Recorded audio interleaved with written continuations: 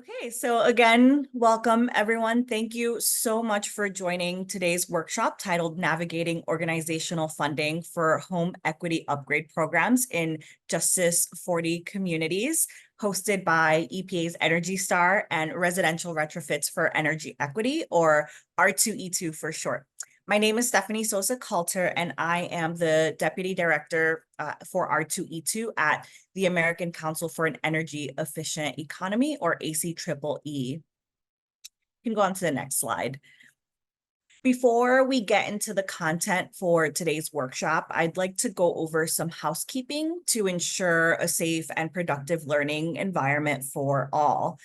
We are recording this webinar and we'll be making it available to everyone within a few business days. Please keep your microphone on mute during the presentation, and you can turn on your video, I believe, or at least during the NOFO piece of this, which will be interactive. We'll be able to turn on your microphone and also turn on your camera so that we can all communicate with each other in breakout rooms. To ask any questions during the webinar, you can submit it via the chat at the bottom of your screen. And if there are any questions that have been asked that you'd like to prioritize, you can like it in the chat, and we'll be sure to prioritize those.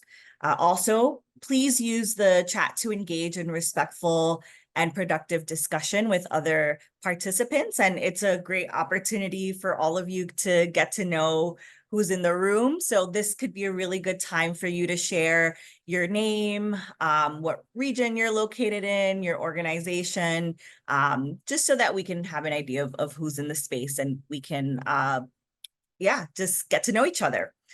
And also, we do have a code of conduct. R2E2 and EPA will not tolerate behaviors that cause harm or disrupt the learning environment. So if you feel uncomfortable at any point or you feel unsafe in the space, you can direct message Krista Lee, who is part of the team, and anyone who is being disruptive will be removed from the webinar.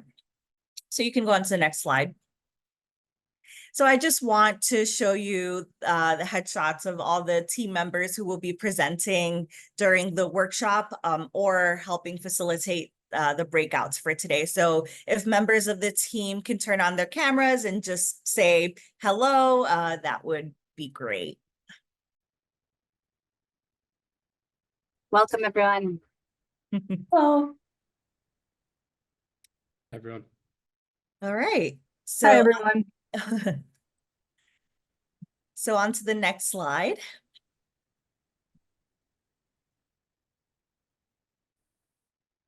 So now to provide some context on the hosts for the workshop series, Residential Retrofits for Energy Equity, or R2E2, provides deep technical assistance to state, local, and tribal governments, as well as community-based organizations to jumpstart energy upgrades for single-family and multifamily affordable housing, especially for frontline communities. These retrofits will lower utility bills, reduce greenhouse gas emissions, improve residents' health, create good paying local jobs, and help mitigate racial inequity. R2E2 is a partnership of the American Council for an Energy Efficient Economy, Elevate, Emerald Cities Collaborative, and HR&A Advisors. And Energy Star is the government-backed symbol for energy efficiency. The blue Energy Star label provides simple, credible, and unbiased information that consumers and businesses rely on to make well-informed decisions. Next slide. And you can go on to the next one since I've already provided background on R2E2. So here we've provided R2E2's infographic on how building upgrades benefit underserved communities. I won't get too into the weeds, but It includes seeing an increase in climate resilience, improving health and comfort, increasing affordability, strengthening the local economy, and promoting racial equity, which I mentioned that's what R2E2 is hoping to accomplish through energy upgrades, through scaling energy upgrades across the country. And these slides will be shared after the workshop is over. So please take advantage of all of the resources that we will be providing, such as this one. Next slide. So if you're interested in learning more about R2E2 and would like to stay informed via updates, please do so by signing up via a link that I will be providing in the chat as soon as I'm done with my quick presentation on R2E2. And also, if you would like to be considered for help from R2E2 to plan, launch, implement, or scale your energy upgrade program for low-income housing, you can fill out our 10-minute survey. And again, I will be providing a different link for that survey in the chat once I pass the baton on to Taylor Jansell from Energy Star, who I've had the great privilege of planning this workshop series with. And she will be providing some information about the amazing work that she's doing with Energy Star. Taylor? Thank you, Stephanie. So I wanted to give a little bit about Energy Star. Energy Star is administered by the U.S. Environmental Protection Agency in collaboration with the U.S. Department of Energy. And we've been around for over 30 years. I happen to work on the products team. And so a lot of what I am here to talk about today is just introduce you guys to a new initiative that we have called the Energy Star Home Upgrade. And this is a way it's could be used for new homes, but it's really focused on existing homes. And so it fits really nicely into all the hard work we have ahead of us to help upgrade homes in our country. It's very much geared towards clean heat technologies, heat pump technologies, the latest and greatest in electrifying homes, and helping people understand what the most impactful things they can do to their home to make smart energy choices and be a part of the clean energy future. The Energy Star Home Upgrade is really about those 6 most impactful things you can do to your home. So that's clean heat, that is smart control of your heating and cooling systems, heat pump water heaters, attic insulation and proper sealing, windows, and then making your home electric ready to serve any new electric loads that you might be faced with making those upgrades. And the modeling we see is that these impacts can save on average $500 a year on energy bills. And this is really a marketing platform to help guide the conversation. It pairs very nicely with the Inflation Reduction Act rebates as well. And you can learn more about it on our website. I'm going to talk about another new initiative we have to complement the Energy Star Home Upgrade, and that's the Home Upgrade Service Provider Partnership. And this is a new partnership opportunity to try to encourage more concierge white glove service approaches to helping people navigate the extensive upgrades that might be needed for their home, to take the plunge, to take advantage of the Inflation Reduction Act rebates. We would be supporting all of you, but also our partners with best practices for how to serve customers equitably, how to help them be aware of all of the incentives that might be available to them to reduce and lower the cost of the total project, and really help them navigate this process because it can be quite overwhelming.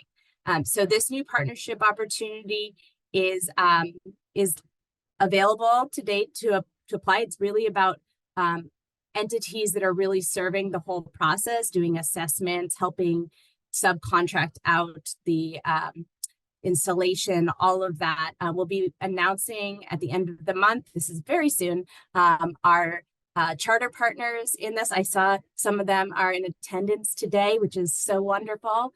And we're really excited about this new opportunity to help advance home upgrades and help people really take full advantage of all of the incentives that are available today. So part of this platform, we are going to be doing campaigns throughout the country, both regionally and nationally. We're going to be supporting our partners with resources. A lot of those we're covering through this workshop series, but we will have posted. You guys take a note of the website address on the bottom of all the slides. That is our new resource hub for our partners, specifically geared to serving low-income and disadvantaged communities. We would also just love to hear from you all what kind of resources you might need beyond what we've already outlined in our workshop series. And we will be, throughout the growth of the partnership, we will be leveraging our extensive partnership network with utility companies all across the country, retailers, and our and implementers of existing efficiency programs. There's a lot of excitement happening in this space, especially with advancing the new technology. And we also have a really strong brand recognition and do a lot of consumer education work. And we will be doing even more of that with a campaign around the Energy Star home upgrade. So stay tuned. Next slide. So taking it back to what Stephanie mentioned, we are working together with R2E2 to help support organizations like all of you on this very overwhelming, very ambitious journey of helping folks upgrade their homes, doing it thoughtfully, doing it with respect, doing it with maximizing the opportunities that are available. And so we have designed this workshop series that I will show you all the workshops that we have planned, but this is the very first in our series. And we're really trying to support community-based organizations, small businesses, local governments, everyone who's working to do equitable, efficient electrification in American homes. So this is the first of our workshop series. Our next one is July 16th, and that's going to be about centering affordability in low-income home electrification programs, really understanding the implications for various households and helping support people in making a smart decision for them that puts them in the driver's seat with their future and their bills. And in August, we're going to be going over the R2E2 playbook for well-designed equitable home energy upgrades. It's a really great resource for best practices and strategies for this work. In October, we're going to be talking about how best practices for incorporating health and safety and repair work in home energy upgrade programs, so we don't leave folks with homes in disrepair behind. And our last one is going to be maximizing incentives for low to no cost home energy upgrades with stacking and braiding rebates and navigating all the available incentives for folks. I'm going to pass it over to Ramsey, who's going to take you through our workshop today. Thanks so much. Thanks you all for being here. Great. Thank you so much, Taylor. Just wanted to welcome everyone to this space. We're really excited about this webinar. My name is Ramsey Ritchie. I'm a project manager at Elevate and a part of the R2E2 team. And in both of those roles, I spend my time working with community organizations and municipalities across the country in building out plans and building out strategies to pursue federal funding and federal financing in order to accomplish the goals that they're trying to achieve, generally sort of around climate justice, equitable electrification, and similar projects. So I'm going to be presenting a bulk of what we're talking about today. You're going to hear me talking a lot, and we're going to have time for question and answer at the end. But before we start, I want to do a quick audience poll, which you should see coming up on your screen momentarily. We're going to do 2 questions on this one. So first one, just want to get an idea where everyone's from. Where in the United States do you work? And there are a lot of you, so I'm excited to see the answers to this question. We'll give it about 60 seconds.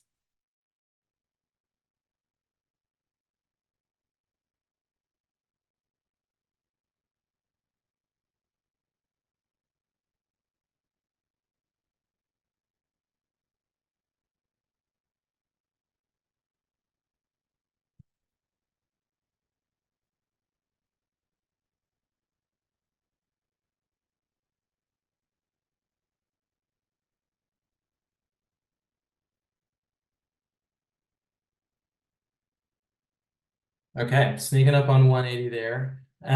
Looks like the Midwest is well represented, which is exciting for us. Elevate's based in Chicago, and I'm based in Ann Arbor, Michigan. But it's great to see such a spread of folks from all over the country. Okay, second question coming up. Oh, you guys already answered it. So the other question is, what best describes your organization? And I guess we can open up the poll just again real quick, Nick, if we want anyone to finish answering that with the 180 left. But really excited to see such a range of folks from governments and for-profits, nonprofits, to community-based nonprofits, and folks who are here on the room. Really happy to have you, and really excited about the information that we can go over today. So let's talk about that a little bit. The learning goals for this specific presentation are basically broken into 3 buckets: identifying funding resources, prioritizing opportunities, and maximizing your chances of success at getting funding through those opportunities. And the overarching goal here is that we want to talk about how to simplify and how to create structures that make the process of pursuing federal funding a little bit less overwhelming and make you more likely to see sort of a consistent result when you can. So that's going to look like a few things over the course of the next while. We're going to spend a lot of time together. The first part is going to be this presentation. We're going to have my presentation and a little bit of time for question and answer at the end.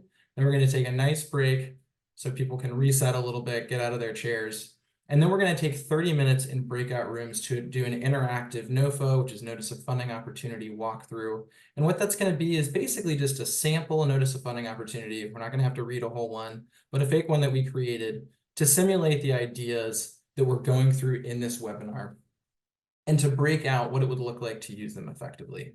Then we're going to take a quick 5-minute break, and we're going to hear from 2 of my favorite people to work with in the country: Maria Galarza, who's the Deputy Director of Sustainability for the City of Detroit, and Ashley Hines, who's the Executive Director of the Benton Harbor CDC, both of whom I've worked with closely in the past to pursue federal funding. We've seen wins together and we've seen losses together. They're going to talk about some of their highs and lows and their takeaways from those experiences. And then we're going to talk about next steps and give you links to some of the resources that I'm going to reference throughout this presentation. And we're really excited about those because we have some takeaway documents and some materials that we hope can be useful to you far beyond the life of this presentation. Okay, so let's get into it. I am going to start with another poll. This is our last one, I promise, but I think they're really fun, that Nick is going to pull up for us. So the question is, which of these emojis, and I know they're a little bit hard to see because they're black and white. Let me see if I can make this bigger. Best describes how you feel about federal grants. And we put words next to them to guide you, but let the emoji be your guide. Anxious, overwhelmed, excited, confused, all of the above. Let's see.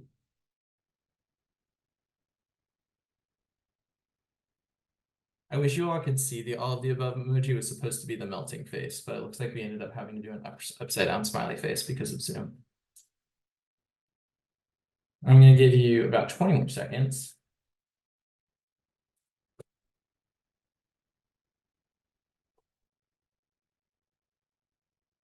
Okay, that seems about critical mass. So we've got some folks feeling anxious, most feeling overwhelmed, excited, and confused, but almost everyone feels all of the above, which is exactly how I feel about federal funding. It can be a completely overwhelming experience. It can be a very exciting opportunity to fund the work that you're doing. It can be confusing constantly because it's very intricate. And it can cause a lot of anxieties because there's a lot of opportunities to get stuck with big deadlines, to be managing something that you're not used to, or to find yourself in a position where you feel like you don't know what to do. So the goal of this presentation is to talk through some tools that will hopefully help get you closer to excited and a little further away from all these other emotions, knowing that that's just part of how this grant works.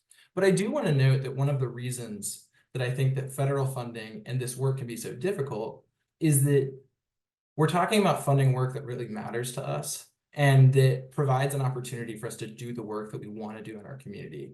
The work that I did before this was, I was the sustainability officer for Wayne County, Michigan.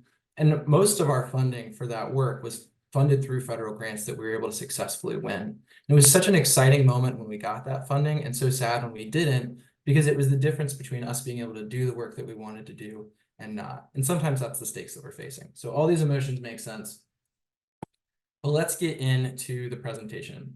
So before we start talking about the specific components of this presentation, I want to set the scene with two scenarios which probably don't quite fit anyone in this group, but can provide a way of thinking through the tools that we're going to discuss.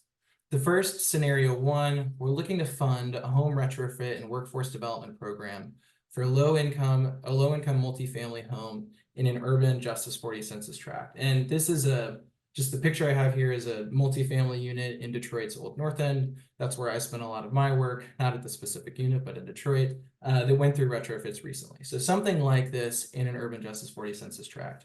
In this scenario, imagine that we've conducted a pilot of our proposed model on 3 buildings in the community.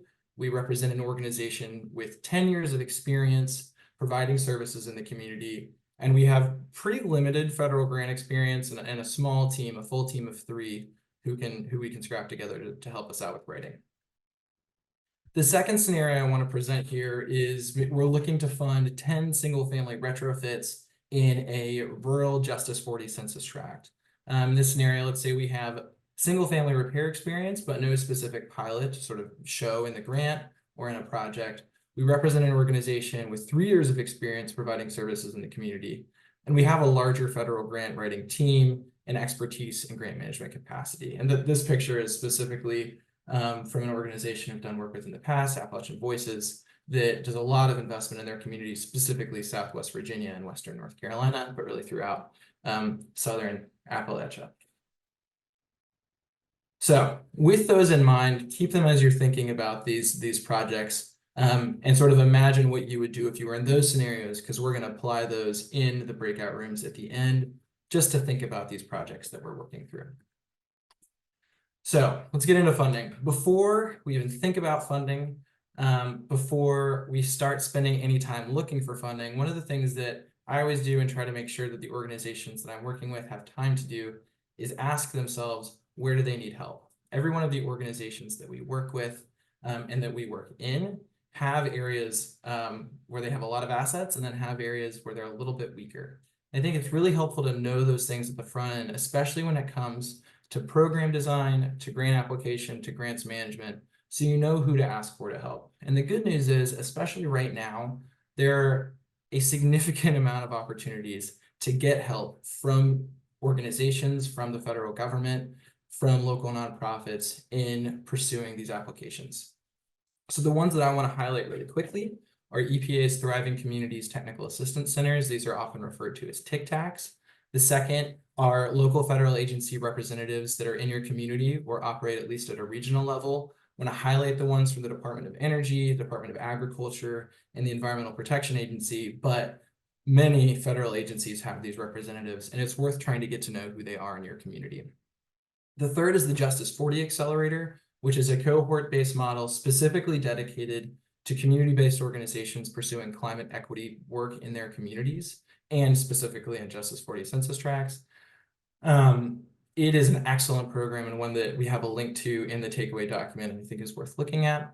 And then the other is the Local Infrastructure Hub program, which is similar to the Justice 40 Accelerator model, but specifically focused on municipalities throughout the country. It's philanthropically funded.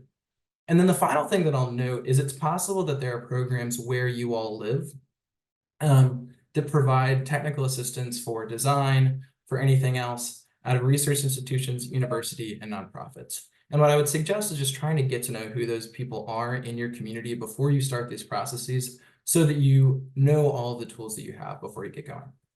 Okay, so what we're going to do next is we're going to walk through 3 steps: finding funding, prioritizing funding, and winning funding, assuming that we're going through a process of building a project and deciding what we actually want to fund. So keep thinking about the single family and multifamily programs that we're trying to build as we're thinking through each of these steps. So the first step, finding funding, I break into 4 steps to consider as you do this work. The first is to check a wide array of resources and really cast a wide net while you're building out a list of potential funding opportunities. This can be a ton of work and it can be sort of constantly iterative work. So I think it's worth thinking about it in 3 tiers: passive, curated, and research. The passive tier is just getting a bunch of email alerts that come to you. You don't have to do anything to get them besides check your email, that tell you the kind of grants and programs that you're pursuing when they become available immediately. These can be things from the Department of Energy, from the EPA, they can be things from local nonprofits, but they're newsletters or emails that you subscribe to so that you're getting the information as it comes out about existing federal funding opportunities or philanthropic or state funding opportunities. There are good lists to subscribe to as well for those, although in the takeaway document, we're going to focus on federal opportunities. The second, tier 2, is slightly more effort. You're looking at curated lists. There are a lot of incredible lists throughout the country. This is an example on the screen of the Justice 40 accelerators that give an overview of certain types of funding, whether they're energy efficiency funding out of DOE or equitable sort of climate justice funding. That's what the J40 accelerator is focused on. And it's good to have a list of a few of those to be able to reference constantly so that you can spend 5 minutes or 10 minutes just quickly looking at those lists, seeing if there's anything new, clicking on something interesting, and then moving on. And the third thing is just good old-fashioned kind of deep research.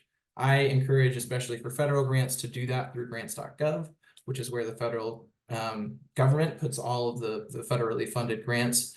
And there's a variety of methods that you can do to do this, but what I would suggest is just spending some time, maybe blocking off 30 minutes per month or per 2 months to just scroll through and look for things that are a good fit for you using their search engine. So that's step 1. Step 2 is, as you're looking at those, deciding what you want to click on and what you don't want to click on. Because every time you click on something, it's a rabbit hole that can take up a lot of time. What I suggest with this is identifying, before you start your project, keywords and values that meet the program that you're trying to fund. So word examples of that are resilience, energy efficiency, equitable, community-based, retrofit, rehab, decarbonization, electrification, clean energy, buildings, single family and multifamily for the projects we're talking about. The list could go on, but thinking about those beforehand will help you while you're looking through these sort of endless lists of grants. It'll help you decide, do I want to click on this? Do I not want to click on this? Once you make that decision, it's also great to be able to look at a grant quickly and decide how much you want to prioritize it based on a few parameters. So while you're finding funding, if you are using grants.gov, when you click on a grant, the first thing you're going to see is this landing page that has a few grant attributes. And what I like to do is have a clear idea in my mind of what some of the attributes are that might fit the grant that or the project that I'm pursuing and which ones aren't. So a good example here are, we have grant size, grant type, grant rules. We'll talk about grant goals next. And a lot of this information can be found really quickly. So grant size, you can usually see fairly quickly that what the estimated program funding is, what the award ceiling is. So if you were trying to fund a $50,000 retrofit and the minimum award out of the grant you're looking at is $10 million, that could be a good sign, like, okay, I don't need to go further and research this more, there isn't a good fit. Or the opposite, if you're trying to fund a $10 million project and it's a $10,000 grant, you don't want to spend more time there. The other thing to look at are things like grant rules. Is there a cost match required? Is there not? If that's something we can't afford, we can quickly move past that. And then things like, what type of grant is it? Is it a cooperative agreement, which just means that usually the funding entity is a little bit more involved throughout the grant process? Is it a prize, which sometimes means that there's technical assistance and other supports ingrained? Or is it just a sort of typical discretionary grant? And the final parameter that I think is worth looking at are grant goals. A lot of times you can find a quick description, whether it's in a press release or in a grants.gov snapshot like this, that gives an idea of what the grant is looking for. And this is a little bit harder to define, but I always encourage folks to just read this quick snapshot and have an idea in their mind of, is this value, is, for example, from this grant, reducing pollution while strengthening communities through thoughtful implementation? Is that kind of what we're trying to do, or is that value not in line with what we're working on here? Okay, so in this, what we've done so far is we found a list of funds. We've clicked on a fund. We've decided that this fund, based on the things that we're looking at, could be a good fit. The next step, from what at least in my experience, is to put it somewhere and then not look at it for just a little bit. So what I suggest is building a funding list out of these grants that you've decided are worth saving, and then having a large list to come back to afterwards. I suggest flagging particularly promising options, but casting a wide net, so not being too focused on does it fit every exact parameter, but knowing what could be a good fit. And then coming back and structuring the list so that you remember key attributes of a grant for future reference. And the reason I say that is it can be really overwhelming if you try to do all of this at once and then you try to read every grant at once. And the goal here is to make this a sustainable process that isn't completely overwhelming, that you can build into what you do on a daily basis, because these funding opportunities are going to keep coming and you don't want to dive in on one and miss a bunch of other ones. Okay, so that was step one. We talked about finding funding. The next step, oh, sorry, before we get to that, one thing that I do want to note about the whole grant search process is that there are some really high traffic grants that the EPA, the DOE, the USDA, or any of these other federal agencies are really, really focused on getting out there and that you're going to hear a lot about. We've had some of these recently. The Community Change Grant out of the EPA is one that got a lot of attention. It's ongoing right now. The Department of Energy has had several big programs like the Grid Resilience Innovation Partnership. Those are things that people tend to hear about a lot, and they have a lot of applicants. There are other grants that I call low traffic grants that I think are worth looking for. And you can usually only find them through that third step, that kind of deeper research step. They're low traffic and give you an opportunity to be a part of a smaller group pursuing a grant that might not meet all of your project goals, but can fund small discrete parts of it. Some examples of that I've seen in the past and applied to are FEMA's Regional Catastrophic Preparedness Grant Program, the National Oceanic and Atmospheric Administration's Climate Resilience Regional Challenge, and the Department of Energy's Energy Future Grants. So I just encourage folks to look for those. It can be a helpful way of finding ways to find that needle in a haystack that can fund a part of your program and help you take the next step. Okay, so that was a lot. The next step, I think, is a little bit harder, but is a little bit more enjoyable in terms of thinking about what it is that you actually want to do. We're stepping away from research and now talking about prioritizing funding and prioritizing specific fund programs based on how they're going to meet the goals that you're looking for. And the first thing that I think is most important while being in this prioritizing funding step is not reading entire NOFOs or notice of funding opportunities. Most federal programs come out with pretty big, dense, kind of exhausting to read notice of funding opportunities that can be anywhere from 60 to 150 pages. And it would be way too much work if every time you were trying whether or not to apply to something, trying to decide whether or not to apply to something, to read this whole thing. So through this next step, we're going to talk about some key questions that you can ask and where you can find answers to those questions in the NOFO to decide, is this a good fit? Should we take the next step in really working on an application for this and making it fund our program? So those questions come in a few sets. The first is, what problems would this funding solve? The second is, what funding problems would this funding create? And the third is, how competitive is my project for this funding? All equally important, but with a lot of different components. We're going to go through each of them.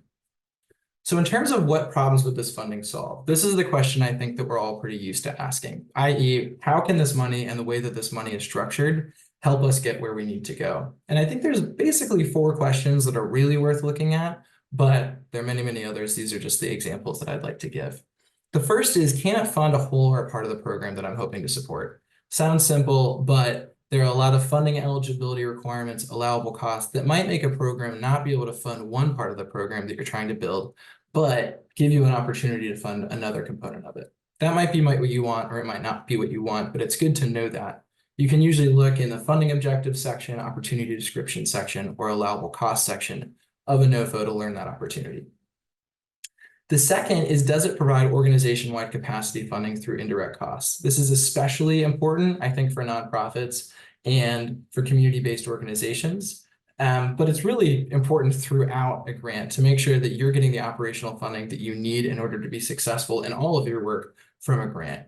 And that can be pretty easily found in indirect costs, allowable costs, or anything about cost sharing.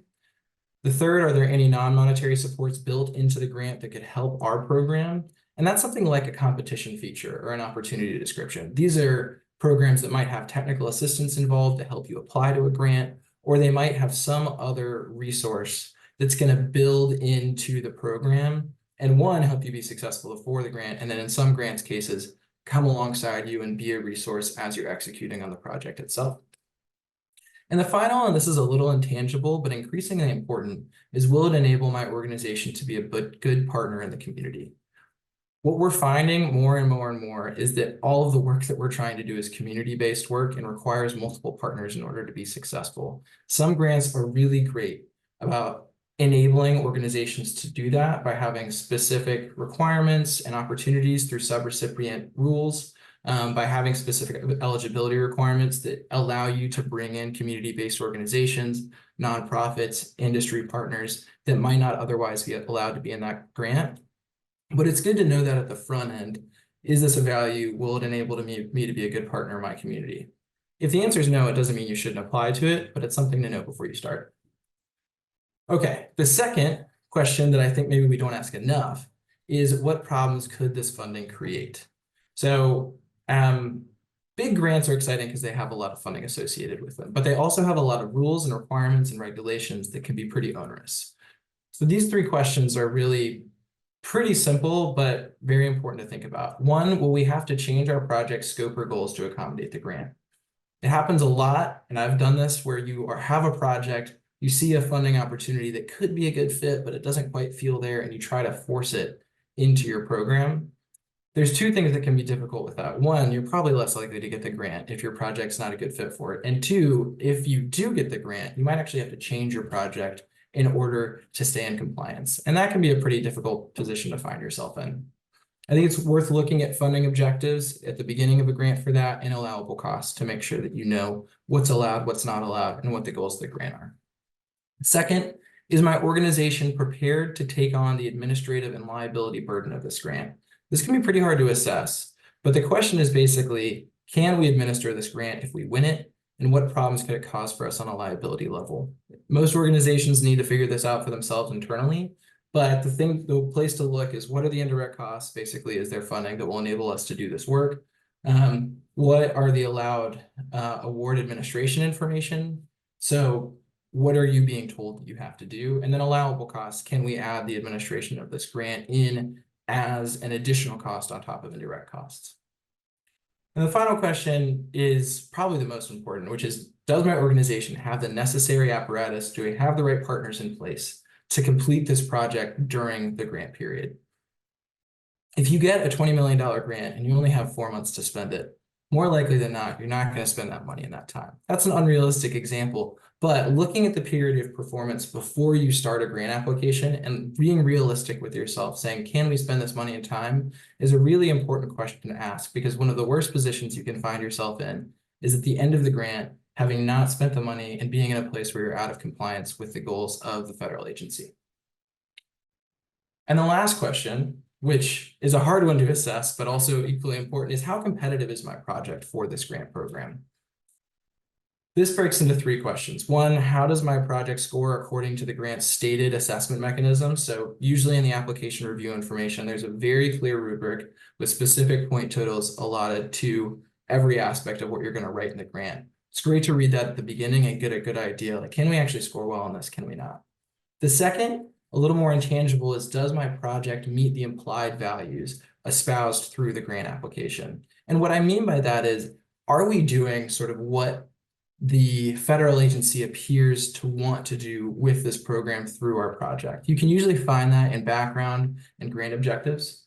And then finally, does my organization have time to put together a strong application? Similar to the, can we do this application in time before the grant period is over? It's hard to assess, but it's very, very hard to write a good grant application in 1 week. I know probably many of us have done that in the past, and some of us have probably won them. But in an ideal world, if you're able to build a thoughtful project, be responsive to community needs, and actually build good partnerships and a good grant writing application process over the course of weeks and then ideally a month or two, you can usually find that information very quickly in the application and submission information. Okay, so we've gone through these two processes: finding funding, prioritizing funding. We're getting to our last bit and sort of the end of the presentation here, with the final section, which is really talking about winning funding. No one can guarantee that anyone's going to win a grant. I've been on many organizations when you write what feels like the best grant in the world and you just don't win. And then you get back the reasons, and it turns out that you wrote something great, it just didn't win. But there are 5 best practices that I've seen and that folks that I work with have seen that we think put people in a really good position, not only to win funding, but then also to have a grant program that is going to be successful over the long term and attract more funding down the road. Those are create an organized and well-paced application process, build a responsive project based on existing work in the community, know what you're asking for, and build community partnerships that enable community benefits agreements, and then finally build cross-sector partnerships to apply to grants as a coalition. We're going to go through each of these step by step, but wanted to give you kind of a global overview first. So let's talk about the first one, creating an organized and well-paced application process. This is so hard to do. Very few people, I think, are able to do it effectively. But at the very least, it's worth it to have a process at the beginning of an application so that you're not scrambling at the end and you're ensuring that you're meeting all the requirements of a grant application as written in the notice of funding opportunity.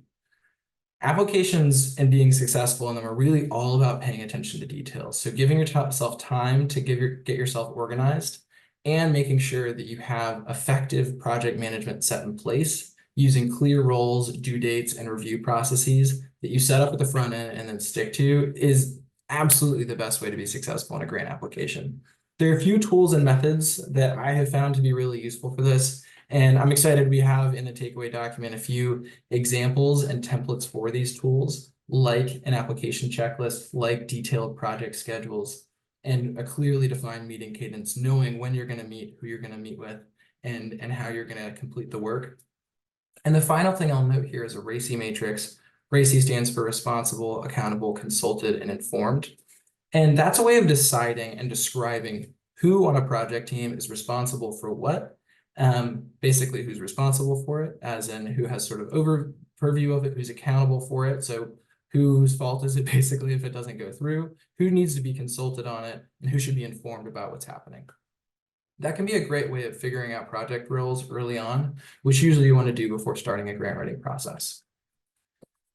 The second best practice is building a responsive project based on existing work in the community. I want to talk about 2 of those words here before I kind of dive in. By responsive project, I mean a project that is responding to, that is seeing community needs and then building a project based off of those needs, instead of building a project and then trying to fit it into community needs. And when I talk about existing work in the community, this isn't always possible, but in an ideal world, the project that you're doing is building on something that's already there. It's building on the assets of a community. It's building on the opportunities that are inherent in it. What I have found, and what the people that I often work with have found, is that funding comes to well-designed projects that are responsive to community needs and receptive to funder values. It is very, very tempting to do the opposite, to be responsive to funder values, to do exactly what the funder's asking, and then be sort of receptive to what the community says they would like.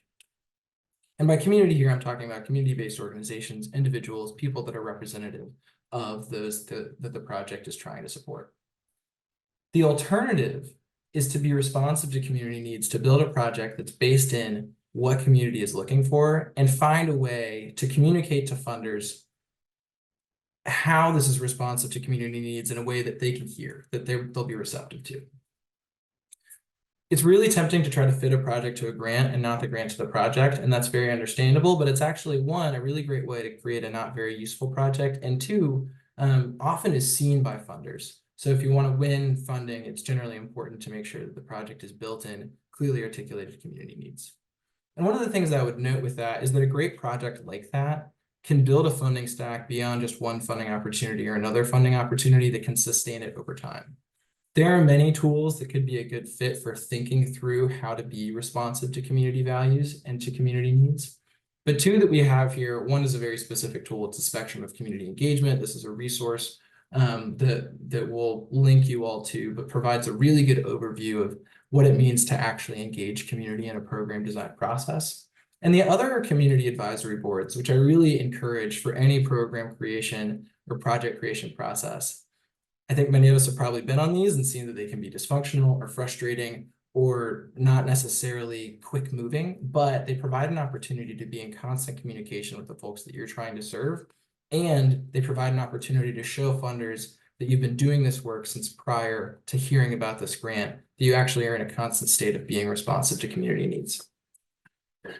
The third is to know what you're asking for, and I mean that very much in financial terms. A clear budget narrative is often the difference between a strong application and a weak one, and budget narratives tend to be clear if you know what you're asking for right when you start the project. So when you're building a project, I think it's really worth knowing what the needs are, what sort of the specific funding needs are, how those needs are tied to activities, and how those activities can be built into a specific grant program. If you know what you're asking for before you start writing, instead of creating a budget, instead of trying to create the ask out of the project design, it can guide sort of what you're looking for and also help you build a better idea of potential project need assessments, or build out project need assessments to see where there are needs in the project and where you can find other forms of gap funding to fully fund your project. There's some great tools, just general project management tools for this that we'll provide, but the one that I really encourage the most of, because it's quite simple, is building out a project logic model before you start. A project logic model is basically a way of breaking out project activities, outputs, and outcomes, and having that clearly mapped so that you know every activity you're going to do, what it will result in, and what the long-term goal of that activity is. The other tools that we'll provide are sort of simple project timelines, and then an example of a project needs assessment, which is a way of understanding where the holes are in your project, as I noted. Okay, we got two more here. The second is building community partnerships that enable community benefit agreements. This is increasingly important, especially for DOE and EPA grants, but really throughout the grant apparatus, because we're looking at a lot of funding sources asking for community benefits agreements and community benefits plans as being articulated in the funding opportunity. And what I mean by that is that you are working with community-based organizations, with community members, with people that are going to be receiving potential benefits from a project that you're building, and making sure that it's clearly stated what those benefits are, what the mechanism is for investing in them, and that that's written down and built into a specific agreement. You want to design your program so that the benefits that it brings to the community are tangible and based on stated community need, which we've already talked about, and you want those to be written. And what we'll do is we'll provide some community benefit samples and then also a community benefit plan sample, which is sort of the collection of community benefits agreements set in one place. A lot of this can be effectively managed if you already have participatory governance models built into the project that you're trying to fund. And what that means is having a way for the community to be involved in the design portion and then the assessment portion of a project moving forward. We also have in our takeaway document a few things that are worth looking at about participatory governance models. And our last one is that building cross-sector partnerships to apply for grants as a coalition. What we're seeing more and more of is that the most competitive funding opportunities are also asking for large coalitions of cross-sector industries, nonprofits, community organizations, municipalities to be a part of this grant together, to build in a sort of cohesive community-wide approach to building these benefits into the community. Grants are always stronger if they can show community-wide or region-wide collaboration and cohesion. So when you're building a project, we encourage folks to talk to partners about roles that they could play to enhance project offerings and to incorporate trusted partners from private, public, and nonprofit sectors in. We know that it makes grants more competitive, and it's increasingly a requirement for grants. One way that you can do this, besides just building specific partnerships with key stakeholders, is to be a part of and then also host regional advisory groups, which builds in a sort of existing ecosystem of potential partners that you know are coming from a similar place and trying to invest in similar needs, but might be from a different organization or have a different perspective. Okay, that is it. Thank you guys so much for listening. We're going to take a little bit of time for Q&A here, and I'm going to stop sharing my screen, I think, for that moment. And for Q&A, we said this at the top, but if you just want to put questions in the chat, then I will respond to them directly.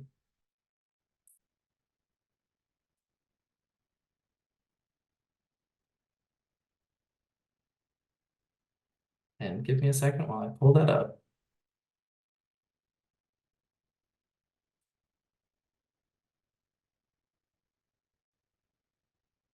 Ramsey, we have one question.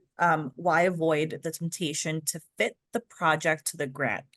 if there is money on offer for program design that might be a little different than what we had in mind, but is still achieving the outcomes we seek, is it a good idea to change our ideas about the project to make it more likely we get the funding? I love that note about, after all, a project without funding will help no one. I think it's a really great point. What I would say is that there's a middle ground that needs to be found there. You absolutely can find a way to build a project that is, like we talked about at the beginning, receptive to funder needs and to funder wants, or responsive to community needs and receptive to funder wants. The reason that I think it's worth avoiding it, at least for the most part, and to avoid completely changing your project in order to get funding, is because these are not sort of just one-time transactional relationships with potential funders. And so you're going to have to sort of stick to that project, and the way that funding is distributed ultimately does have an impact. And you know what your community needs a lot more than your funder does. So to back up a little bit, what I would say is, if there's a way to get the funding that you need and a way to do it without changing your project such that it is no longer providing the benefits to your community that it needs, then absolutely you should go for it. But you don't want to be put in a position where you have to create a project that's not actually helping anyone just to get funding that now they don't actually need because it's not helping them anymore.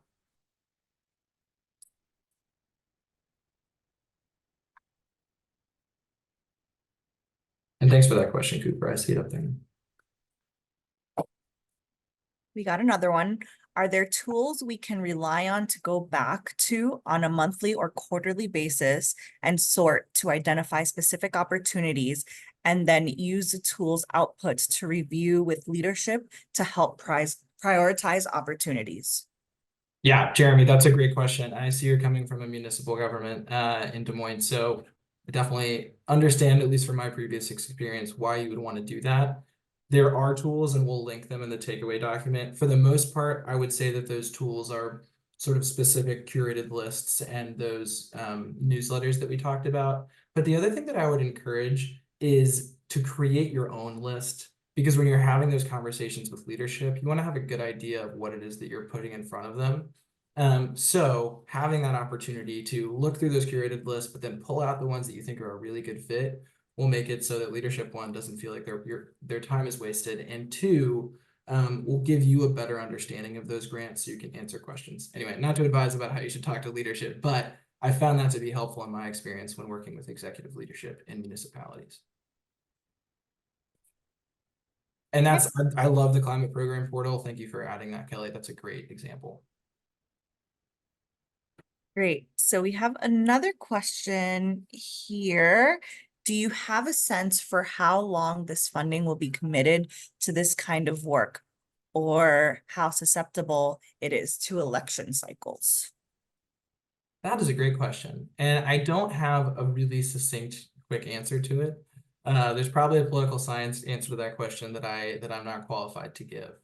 But what we found is that funding that is committed, funding that has a program behind it, is harder for certain political cycles to lead to that being funding clawed back than others. So what I would say is the funding that you know about, programs that are out there that have been published, are probably in a pretty safe spot, and it's good to be in a position to pursue those grants. But the other thing that I would say is, just like any form of funding, none of this is guaranteed. And so pursuing things that you can while you can is absolutely the best policy. And I would absolutely encourage that.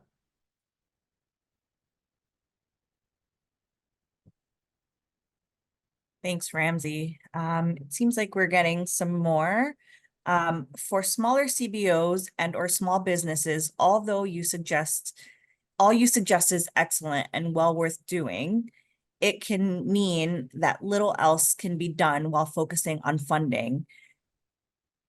Sorry, I'm just like, this initiative is designed to make the process easier, but there is still a gap. What plans are there to continue filling that gap? Oh man.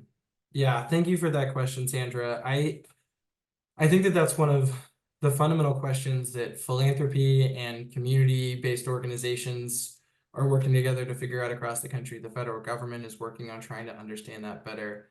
I think that the short answer is the things like this that we're doing right now are a first step. And what we're hoping is that programs like this can get folks closer to resources and closer to funders that have resources to provide the support, especially the capacity support the community-based organizations so deeply need to be in a position to actually set time to pursue funding and to create good strategies for pursuing funding, to create good strategies to build in community governance models. I mean, of course, who has time for that? But it's work that we know we have to do in order for this to be successful. So the plans are, I think that we're all kind of casting about trying to figure out how we can best provide resources to community-based organizations. And what I would say is some of the things that we're going to send you, especially things like the local infrastructure hub and the Justice 40 Accelerator, are potential answers to those questions that are supposed to provide capacity for CBOs to be able to go do this work and to do that work with them.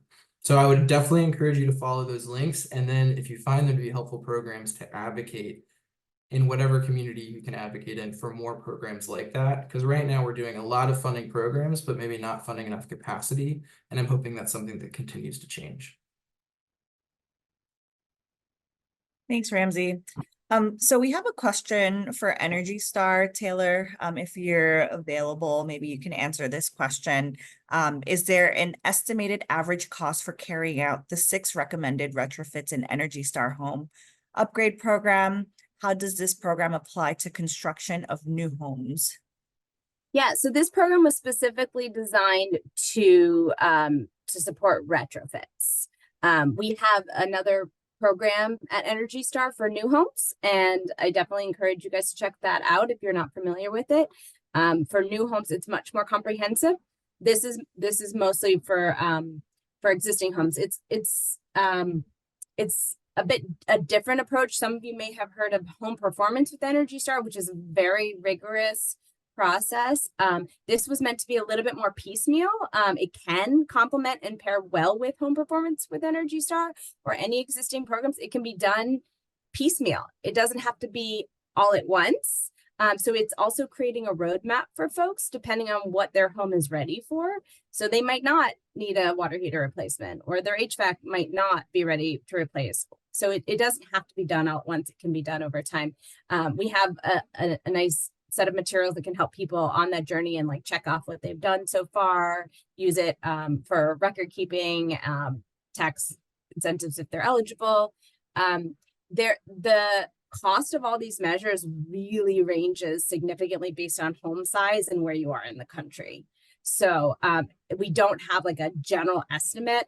DOE has done estimates on whole home decarbonization and put that full comprehensive everything estimate around $40,000. It could be that much, but we don't expect it to be. But it really depends on the size of the home, the measures that you're taking, the condition of the home, a lot of factors, and the part of the country, labor costs. There's a lot baked in there. But I think it's important to know that it's a marketing platform to help people understand what is going to be most impactful, that they don't have to do it all at once.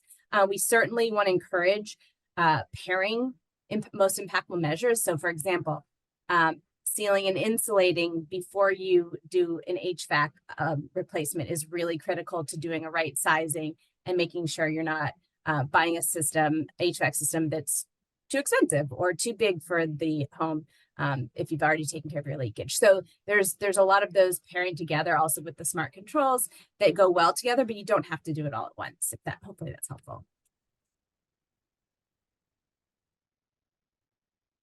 Thanks, Taylor. Are there any more questions? Can smart home thermostats work without internet connection? Some of them can.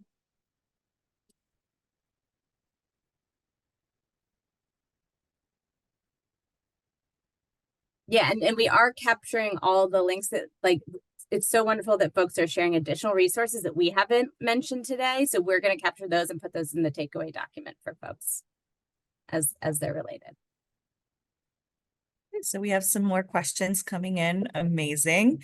Is the Energy Star program meant to go directly to DOE subgrantees or state agencies?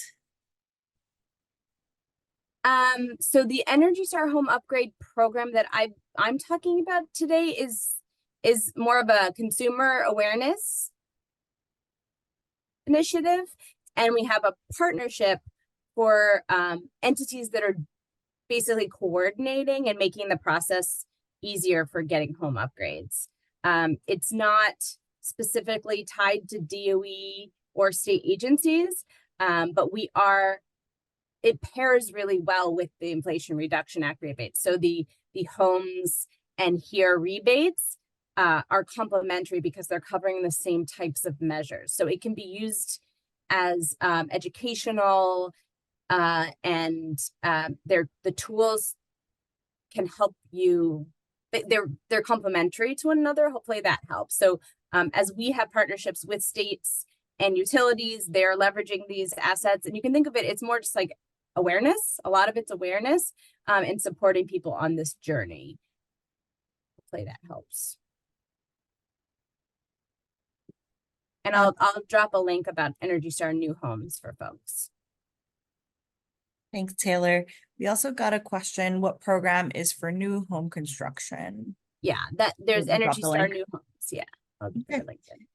We got another question for R2E2. In the context of equitable energy efficiency, how multifamily households benefit from R2E2 as renters?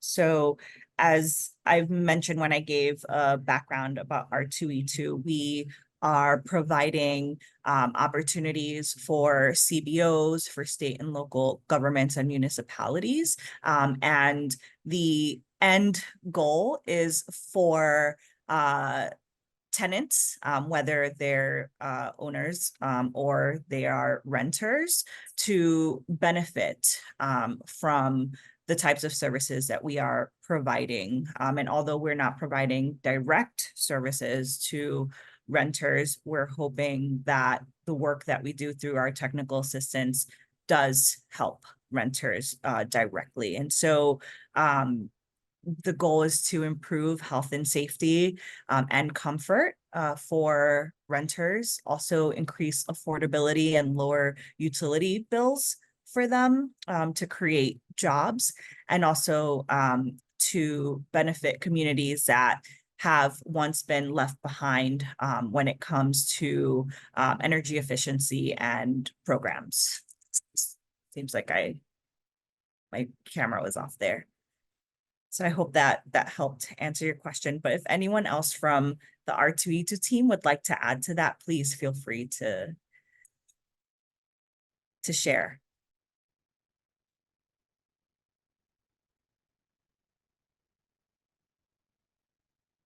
Okay, so another question here. Can you reference how to figure out what smart thermostats are best for that?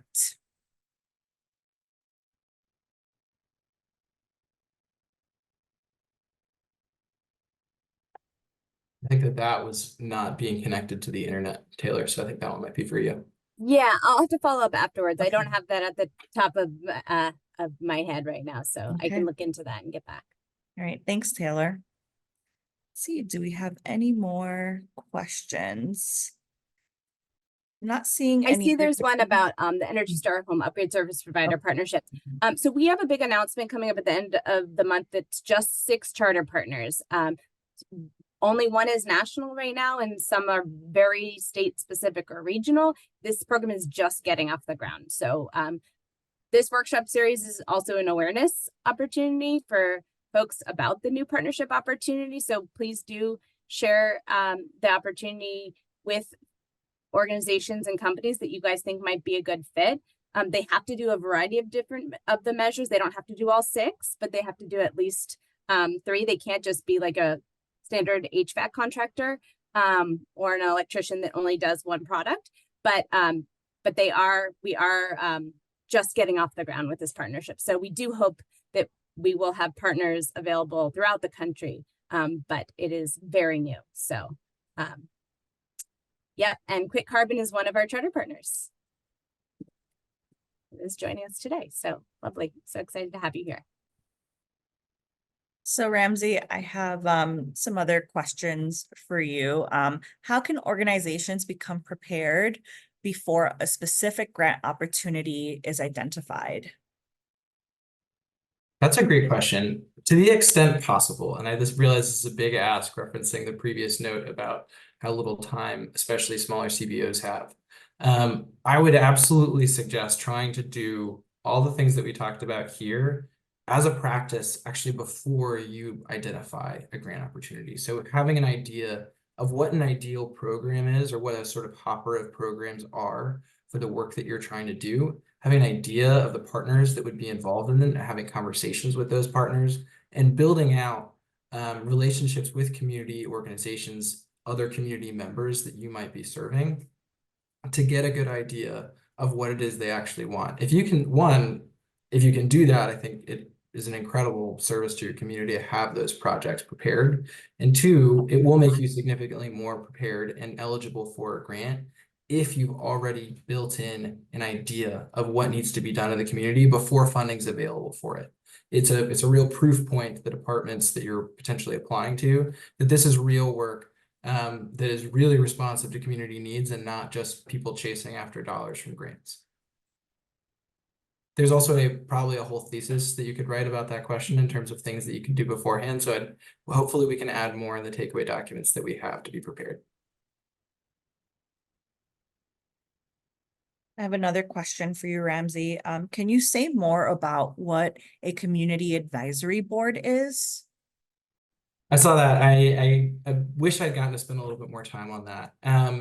Community advisory boards are about as diverse as the communities that they operate in. So there's no sort of specific, this is exactly what a community advisory board is. But generally, what a community advisory board is a set board based around some specific interest. Maybe it's around housing or sustainability or wastewater in a community that meets on some regular basis to advise an entity, whether it's a municipal government, a community-based organization, a for-profit, about the types of programs, projects, and policies that they want to see in their community. So it's a way of keeping a regular touch point with key stakeholders in a community through an established group of people.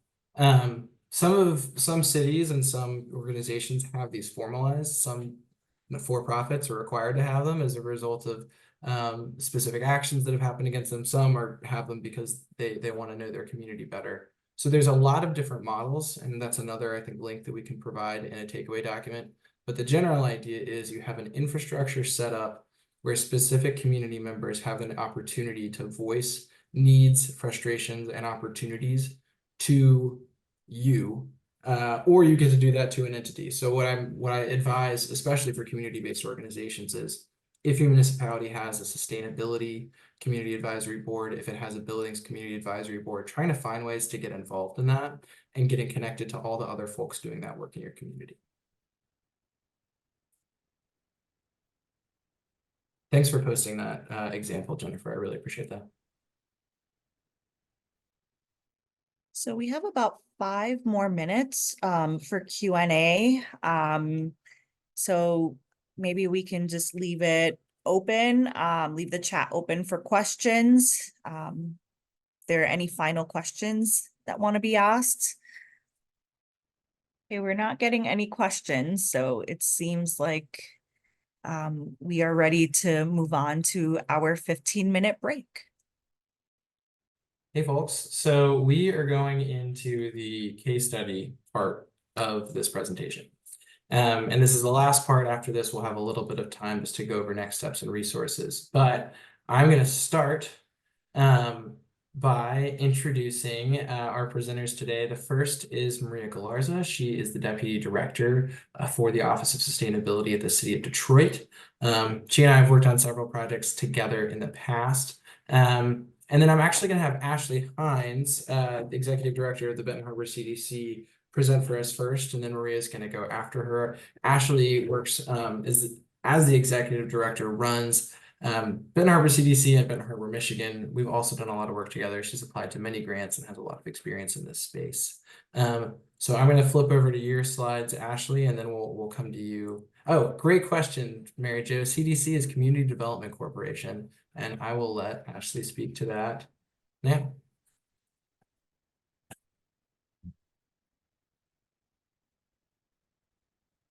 Hi, I'm not sure if my slides are up, Ramsey. I can only see myself. Oh, yeah. Can everyone see the screen right now, or am I just presenting it to myself? I'm just presenting it to myself. Okay. Y'all. All Can you see it right. now? I can, give me just a second. My view is kind of skewed. Give me. All righty, well, thank you all so much for having me. Ramsey, this has been great so far. I've learned a lot, and I'm excited to be able to speak with you all today about my experience.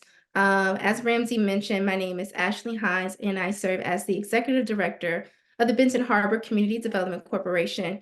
We are a very young organization. We launched in November of 2020 as this resident-led initiative to revitalize our community from the inside out.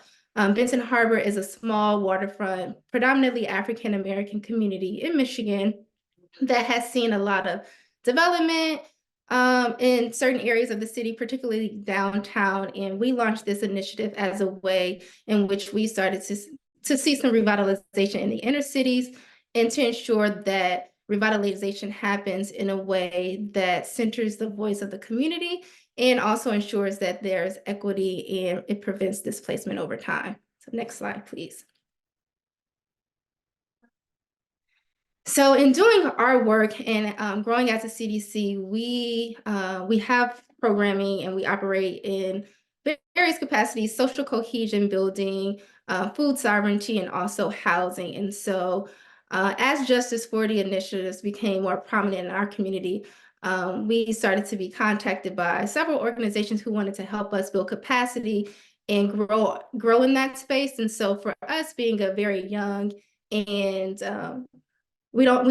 very young organization, we also don't have a ton of capacity. I'm the only full-time staff member at this point, but we also have 3 part-time staff members. And so usually when people approach us to partner or to help us in a different area that we may not be unfamiliar with, it's always a red flag for me because it looks like me wearing another hat.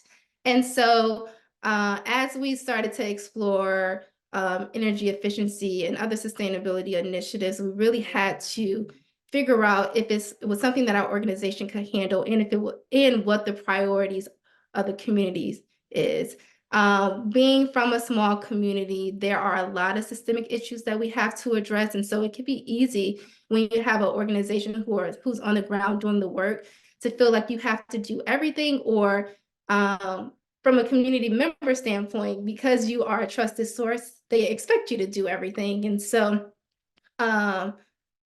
it's kind of a safe space for them. So it's a compliment to some degree, but it can also be overwhelming as an organization. And so we had to take time to really prioritize community issues to see if energy efficiency was something that people wanted, to see if it, how well they understood it. Decarbonization, electrification, is new to a lot of people. And so really taking the time to have intentional and meaningful learning opportunities and listening sessions for residents. We also tried to be very innovative in how we conducted our events. And so instead of just having a workshop where people simply presented on a certain technology or resource, we tried to create, team building exercises around it, pitch competitions where people were pitching different technologies back to the community and explaining some of the benefits. We also hosted some really great sessions on how energy efficiency and other sustainability initiatives could help us achieve our economic and community development goals as a community. And so that was a great way for people to really tie in how these things could benefit not just themselves and their families, but also our entire community. And from there, one of the things that we did was assess the synergy between existing initiatives that we're already working on. Our work centers a lot on rehabbing vacant property in the city to sell back to community members to create affordable home ownership opportunities. And so being able to implement Energy Star efficiencies to for current residents, that was kind of a natural way to scale up the programming that we were able to offer for the community members. And so we just felt like it was a good fit. And then some of the other priorities that came up, we just worked to empower and support partner organizations in the work. Our goal locally is to build an ecosystem that locally that prioritizes climate equity and climate action activity so that one organization isn't bearing the all of the work on its own. Next slide, please. And so once we that what the priorities are and what direction we were going to move into, we started to see grant opportunities. And so Ramsey was one of the partners that we connected with very early on, who's been really instrumental in helping us to achieve our goals. Whenever we find a good or something that we think might be a good grant opportunity, one of the first steps is to review the grant requirements. I know a lot of times they can be very daunting. And so maybe on that first glance, you're not reading it completely through, but at some point for me, in order to make that decision, I do try to read the entire NOFO and highlight things because there's usually something that you're missing.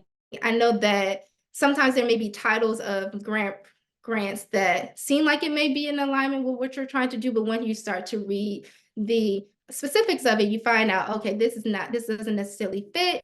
And even making minor adjustments to your project wouldn't help to fit a grant. And I know this came up in discussion a little bit earlier about adjusting your project to fit the grant. And I would caution against that if it's going to be a major change, because it could be out of the scope of the capacity that your organization can handle, or it may be something in which you would like to do in the future, but it doesn't match where your organization is right now. And so just being mindful as you seek these opportunities to not chase the dollar and really stay true to what is going to be beneficial for your organization and your community.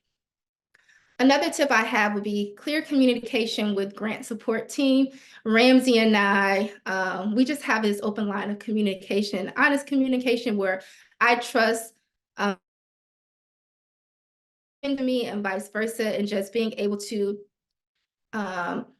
communicate with him if there are any issues in my writing process, or if we need to adjust the timeline and things of that nature. So just keeping the communication line open. I know that this is not necessarily something that everyone is open to, but we text a lot, sometimes after work hours, because we may be working on something at that time. And so just making sure we're not holding up each other's process and being able to pass information accordingly.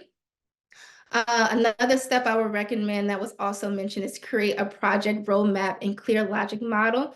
This is extremely important because creating a proper roadmap and timeline ensures that you have record of the various deliverables of the grant, and you have some clear line of sight of who's handling what. Which brings me to my next point of actively participating in the writing process. It's really great to have technical assistance in grant writing, but for me, it has worked well to be active in the writing process.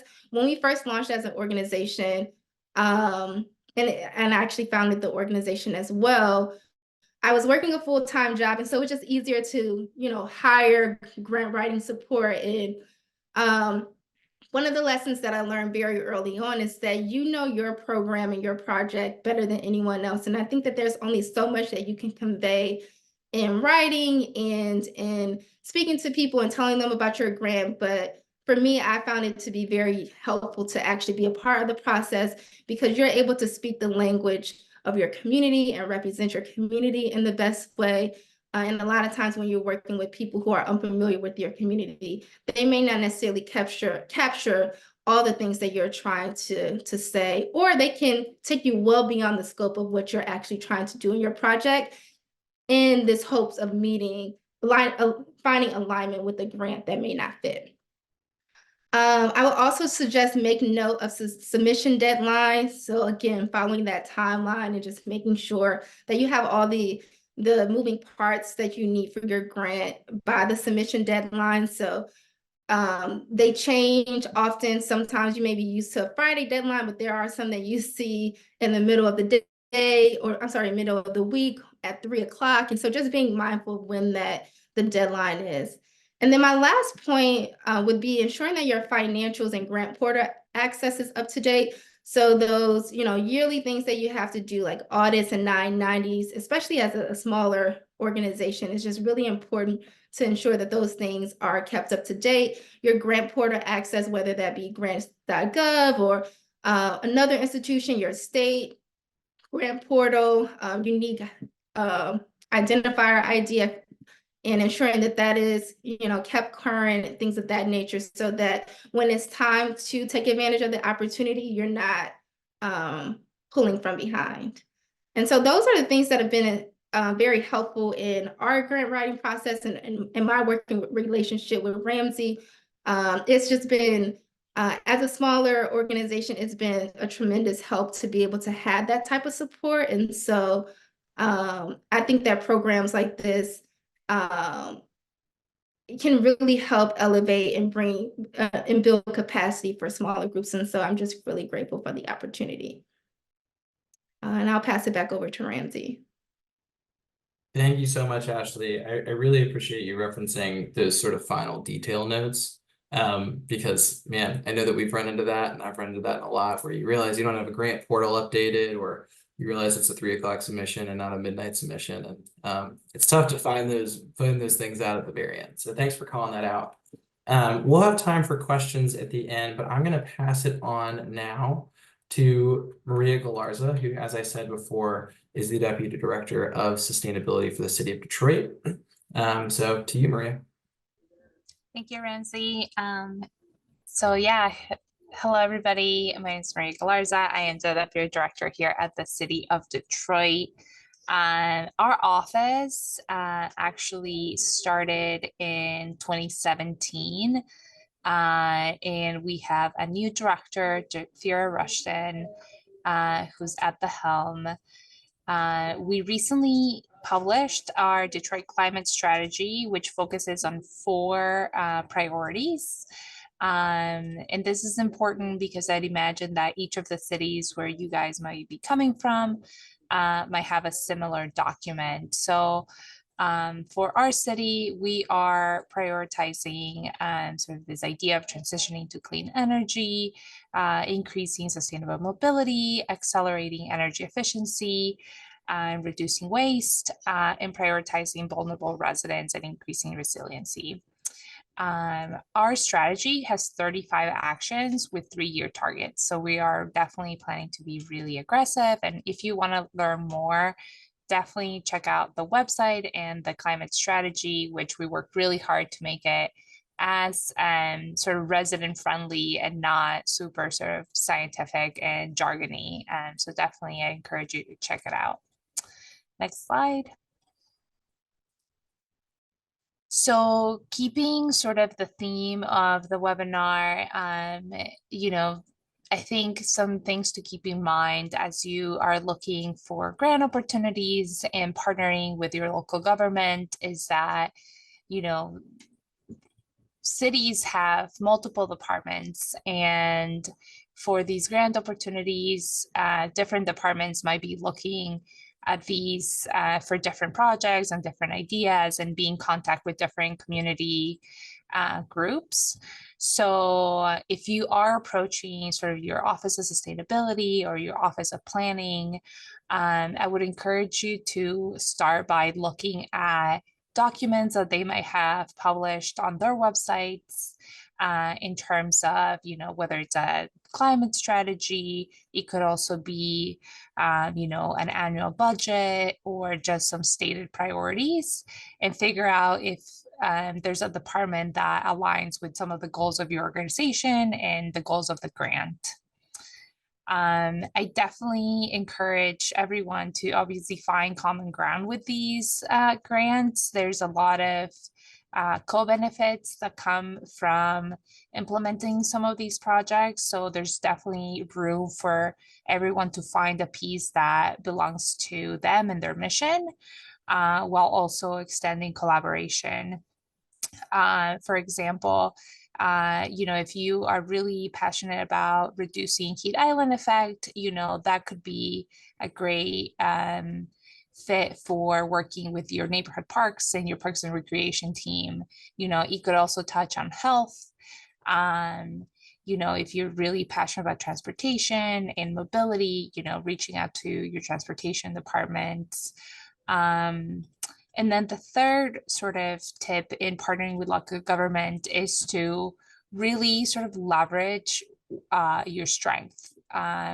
Although cities try their best to serve community as best as possible, community organizations are the boots on the ground. So your residents the most. And that's really powerful. And so, any data, any projects that you have performed in your community that sort of show the level of engagement that you have and the buy-in and the trust that you have in the community, makes you a great partner so that you can be the one implementing those projects in collaboration with your city. So, things that often make city officials nervous is sort of making sure projects are get done on time and on budget. So, any opportunity you have to state, we did this blog party and there were no incidents that happened. We stayed in budget and everybody had a great time.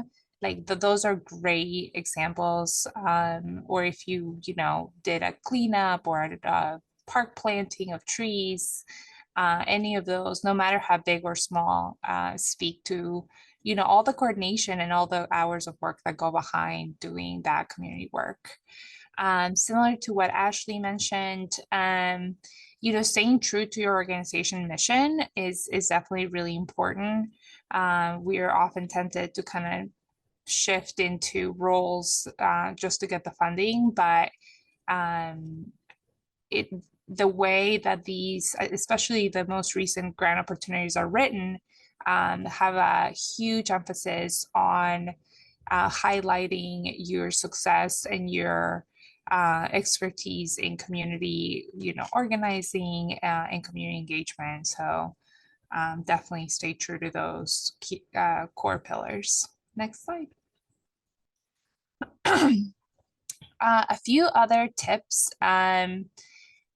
I think just being on the side of being approached about projects, I think the more organizations can be in front of city council representatives, city staff before requesting a letter of support. That's often a great way to kind of not asking sort of last minute and someone not knowing who you are. Even if you don't have a project in mind right now and you don't have a need, I think reaching out to your council member or city staff and saying, I'm really active in this neighborhood, I would love to show you around, or if you happen to be by the neighborhood, I would love to introduce myself in person. I think those personal connections go a long way. The second tip I have is to build partnerships. If you are really good at, sourcing trees, but you need an organization that's really good at bringing volunteers, partner up. I think there's always sort of synergies that can be formed to make your project even better and have a greater impact. Like I mentioned before, each of these projects might seem like it's targeted to do one thing, but work with either your community or with your technical support or your technical assistance to brainstorm other co-benefits. And when you're brainstorming those co-benefits, maybe there's further alignments with collaborators, or there's way to sort of improve the fit of your project with the overall goal of the grant. My last tip is to definitely build on your funding administration capacity, or find a partner that, has that capability to, receive funding on your behalf and act as a fiscal sponsor. Maybe your goal is to stay the size that you are and you're really good at doing your mission. So maybe your next step is to find that organization that's a little bit bigger, that you have a good relationship with, that is trusted, that could partner with you to receive this funding and pass the funding on your behalf. So definitely excited to share all of this information. I hope everybody here is reaching out to your local governments. And yeah, happy to stay here for questions. Great, thank you so much, Maria. Well, we're going to jump into a quick question and answer time. For those who are still on, I know it's been 2.5 hours, so thank you guys for still being with us. But we'll take questions if anyone has them in the chat.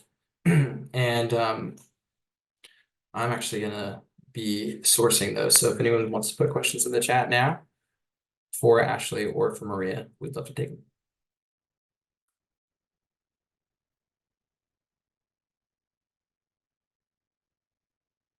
And I'm going to stop sharing momentarily.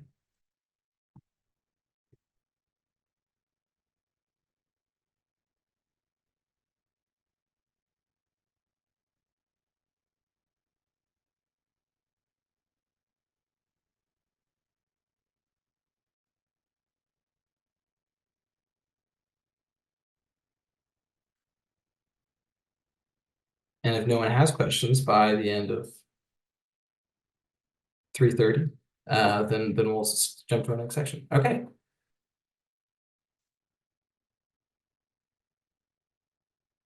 So we're starting to have some come in.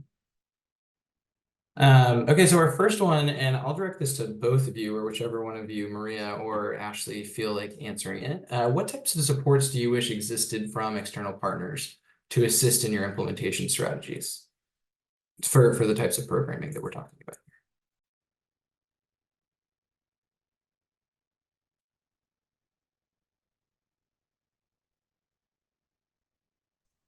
I can go first unless Ashley, you're ready.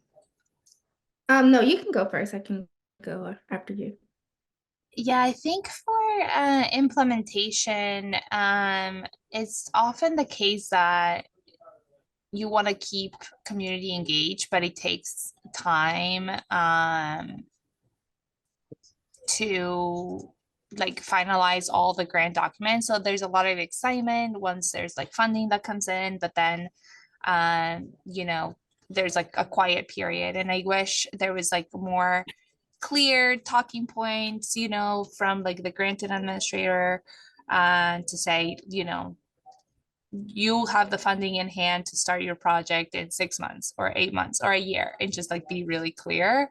And then if there's like a philanthropic partner that's like really excited about, as an external partner to the project that wants to be supportive, I think coming in with some funding that is otherwise an uneligible spends through the grant, and I'm talking about often like food and refreshments are things that like we're not able to provide through grant dollars. Like projects that we've worked through, like philanthropic support, have been Uber or Lyft, car share cards or codes so that people can attend the meeting if they don't have transportation, or paying for like childcare so that we can have meetings where, it could be family friendly. So I think there's like a lot of room for external partners to be supportive in the implementation so that we can bring as many people as possible to all those meetings. I think that's a great response. The only thing that I would add to that, just as an external partner, is to be there in a collaborative way to support the project. Coming from a smaller community, I think that my experiences have been maybe a little different than Detroit area, but there are times where I feel like the basic projects that we're trying to implement have the most red tape, or they're just hard sometimes to do, just the very basic things that should be easy because it's the goal in which we all say that we want for our community. And so I think that one of the biggest things about being a partner, particularly when it comes to implementation, is just being a good partner, being a good person, doing what's just, doing what's equitable for the community, and keeping the goal of the project in mind. I think that there are times where,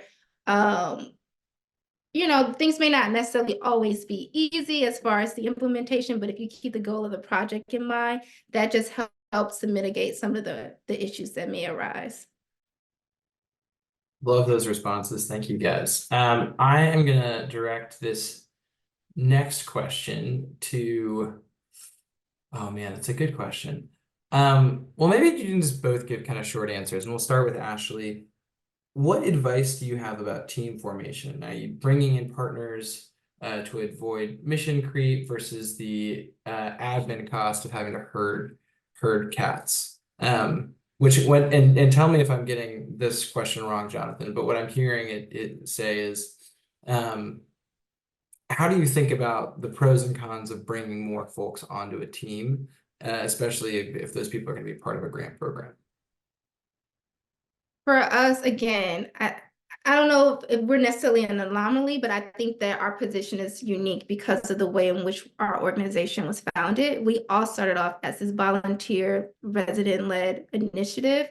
And from that, I think that those relationships to find partners just started to grow naturally. And then as our organizations so we kind of have this network of support where someone may be working in a different energy, but there is this natural and continuous support system that we started to build. So there was already the sharing of resources, there was a sharing of connections and networking and things of that nature. And so as our projects begin to scale, we already had that network kind of set in place. And so there was a level of trust and comfort with the people who we were working with. And as we continue to grow, we know that we'll have to work with entities that are new, but that has been one of the things that we kind of rely on is the fact that, just having good and meaningful conversations with people to ensure that there's mutual understanding of project goals and mission of organization. And as long as we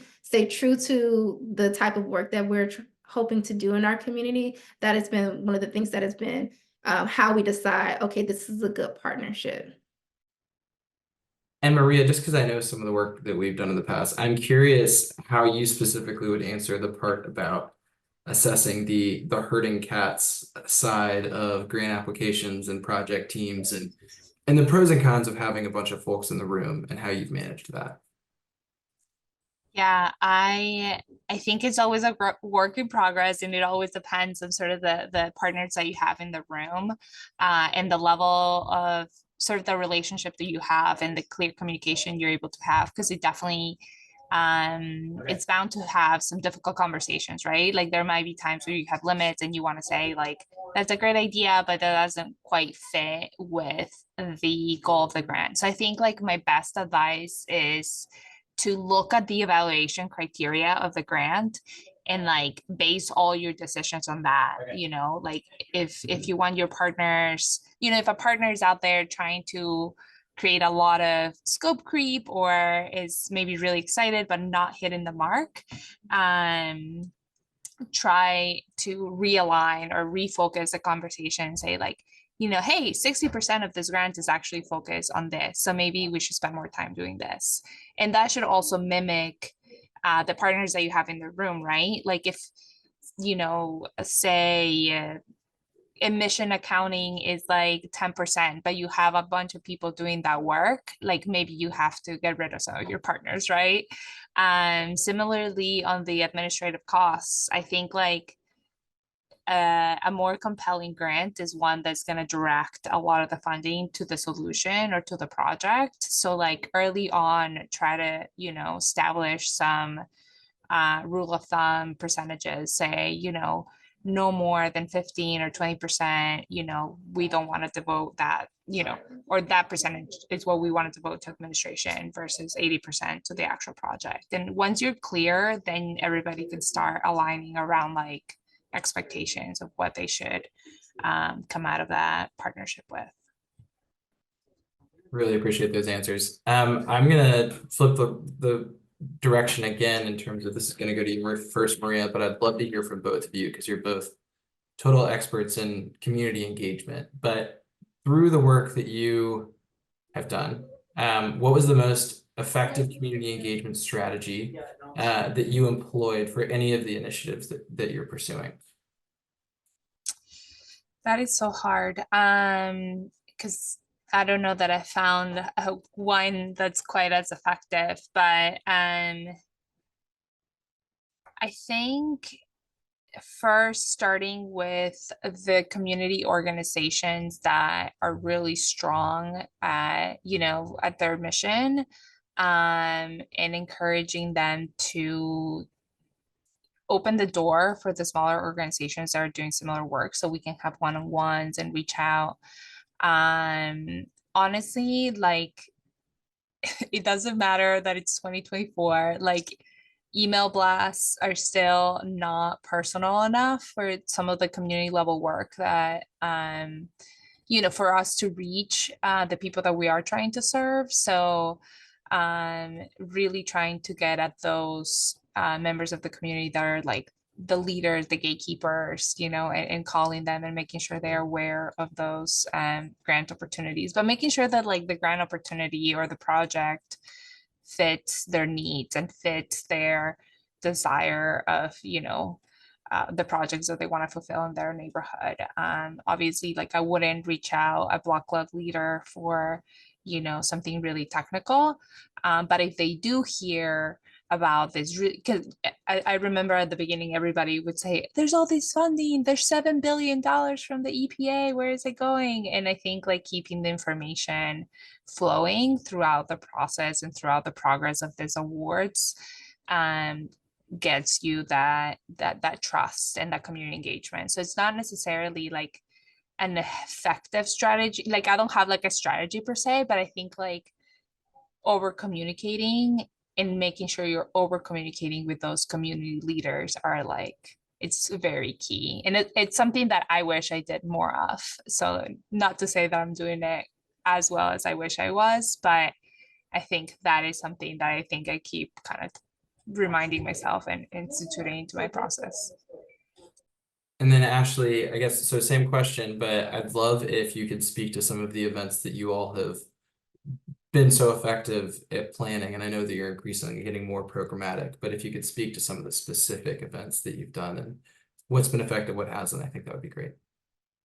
Yeah, I will say no matter how effective you are for an event, that is not necessarily something that's going to be a common theme as you continue to do programming. I think we have a lot of great engagement with our community, but then there are certain things where, people just won't come, for various reasons. And so one of the things is figuring out why people, if that is an issue, figuring out why people aren't showing up. Maybe it's the time of day, the type of event, if it's something that they may not necessarily be interested in, childcare barriers, things of that nature. And so, we have had certain things where we're like, okay, this is not working consistently. And so what are some of the barriers for people? So figuring that out. Some of the things that have worked well for us is that a lot of our programming responds to community needs and things that they have said that they wanted. And so building our that was the point of our organization. And so we started with asset mapping and things of that nature, which residents participated in that project. And so that was a great way for us to start building trust and stewardship around the work that we were doing, because we made the community a part of it. And so that helped us at the very beginning to really start to engage the community. We also did a lot of social cohesion events. And so events that were just designed to bring the community and get together where they are. So, a lot of times people hosting in maybe downtown Benton Harbor or in other areas that may require some travel and things of that nature, but we started to activate our local parks. And then as we got people to come out, people would have resource tables and things of that nature. And so that's kind of how we started to get people in our network a little bit more. So we have a real community outdoor movie nights. And so that's like a summer movie series that we put on throughout the parks in the summertime. We also do something called Communion, which is a dinner conversation where we set up this very elaborate white tablecloth dinner in the middle of a community. So it could be on a neighborhood block, in a park. And so we would have dinner and talk about things that matter to people in the community. And so doing things of that nature have helped us to expand our network. And then leaning on what Maria talked about, those community influencers on all levels, not just people who may be in various industry, but who are those people that the community look to as their sources of information, and connecting with those people to help engage around various issues as well. And so those are some of the things that have been helpful to us. But I think that, you know, when we talk to our community partners and other organizations here, that engagement is just a constant issue that we face. And we're trying to figure out, even still, how do we continue to reach more people, right? So social media is only going to get you so far, because if someone is not in your network, they're not necessarily going to see what you're putting out there. And then, are we really reaching the people that we're trying to reach with these programs? Are we really reaching, you know, with our housing, education? Are we really reaching those people? Are we reaching our peers and our colleagues who may already be housed and things of that nature? And so canvassing has worked for us in the past too. And so it takes a little more time, but these are things that we are, you know, we're trying to activate, not just as an organization, but within our partnership, where we're doing this sharing of information and canvassing to get everyone's information out there. And that we're still working on it, still something that we're building on, but those are some of the things that we've kind of done to counteract this lack of engagement to some degree as well. Thank you all so much. Those are great answers. I'm going to split these next two questions. So the first one I'm going to send to you, Maria. I know that both of you all have had to balance funding, but the city especially has to do that all the time. So do you have any advice on balancing multiple related funding that are funding opportunities that are operating on different timelines, have different availabilities and rule sets when trying to braid streams for joint outcomes? Great question, Jonathan. Yeah, that is one where involves a lot of coordination. I think there's no sort of silver bullet here on how to do it right. I think it definitely, as a person who likes to create separate work streams and understanding like who's the holder of which process, I think it's really important to have that mapped out early on. And then bringing sort of all the players into, you know, whether it's like a monthly or like a quarterly meeting. I don't know if sort of housing and weatherization, electrifications in mind as you were asking this question, but I know that in the housing space, you know, there's already a lot of organizations doing weatherization work, but they are now starting to get, you know, peppered with questions around electrification and solar. And so we, as the Office of Sustainability, are trying to add that level of support, while at the same time not encroaching into their already sort of well-oiled machine or semi-oiled machine, whatever it may be, right? Of like how they're spending that funding, because they're definitely operating under different timelines. So I would say, like, with any partner that you're collaborating or any source of funding that you're trying to braid, understanding like who's the holder of that process and what are their pain points, so that you're not adding to their pain points, and instead you're coming from a place of like adding value, adding support, and really being really clear as to how the partnership or the braiding of funding is going to maximize the impact, and staying clear on the goal of the collaboration, because the last thing you want to do is get, ran out of a room because you wanted to implement maybe a process change early on without understanding where they're coming from and how they've been working for a long time before, some of us new to the field of housing and solar and electrification are. So I think that those are very sensitive conversations for sure, because everybody's spread so thinly. But I think if you focus on the impact and maximizing those dollars, everybody's willing to, entertain those conversations of changes and figuring out how to work together. Thanks so much, Maria. Okay, this one's for you, Ashley. From CDC experience, what are some administrative challenges a volunteering organization specifically, or a volunteer-run organization faces with grant application? So we're not volunteer led now, thankfully. But in the beginning, I would say, because my background was in fundraising, I think my perspective may be a little different because I worked in development for almost 15 years prior to starting the CDC. And so I think that it's just really important to have strong systems, to set calendar reminders, things of that nature. And so we didn't have a ton of administrative challenges because before applying for a grant and then throughout the process, you are able to think through how you're collecting data, what metrics you're recording. And so just being able to stay consistent in how you're implementing those things has worked well for us. And so really staying true to the systems that we had in place have helped us to be successful. I know that there are tools that organizations can use as well, as far as like administrating grants and I guess tracking the data, I should say. That could be helpful as well. And then as far as the application process, again, when I launched this organization, we were volunteers, but just kind of committing to the process has been beneficial for us.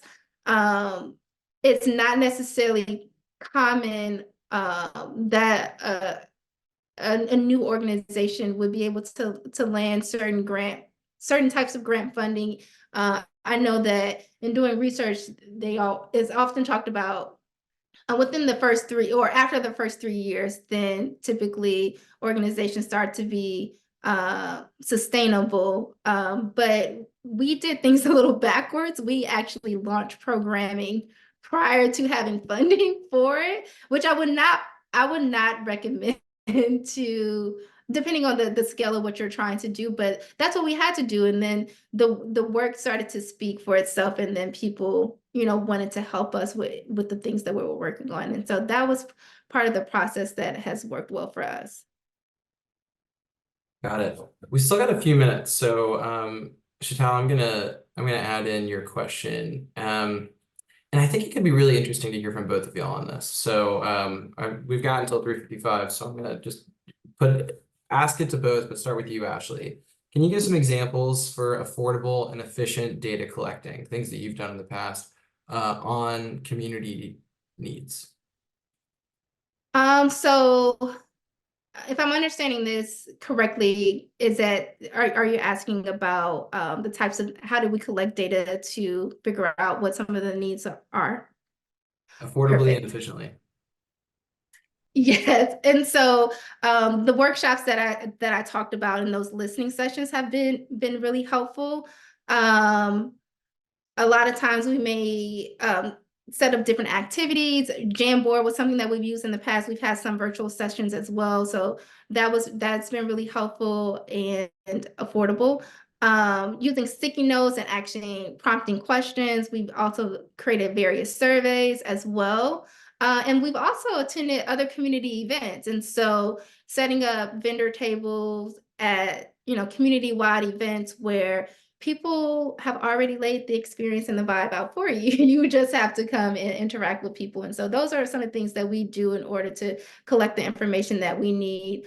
We also do Facebook Lives. Like that is, we launched during the pandemic. And so that was a great way for us to reach people, because even after we weren't live, the videos, they were continuously being shared and more people were tying into our network, responding to things. And so that was a great way to engage people around some of the things that we were doing and being able to obtain information. So like lunch and learn sessions were really helpful. And then some of those evening ones when people are just scrolling Facebook at night before bed. So maybe around 6:30, 7 o'clock, going live about a certain topic.